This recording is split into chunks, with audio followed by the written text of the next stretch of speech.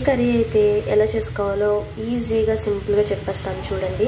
Carrot, బంగాళదుంప, capsicum curry అనమాట. ఇది గ్రేవీలా చేసుకుంటే అన్నంలోకి కానీ చపాతీస్లో కానీ చాలా చాలా టేస్టీగా ఉంటుందన్నమాట.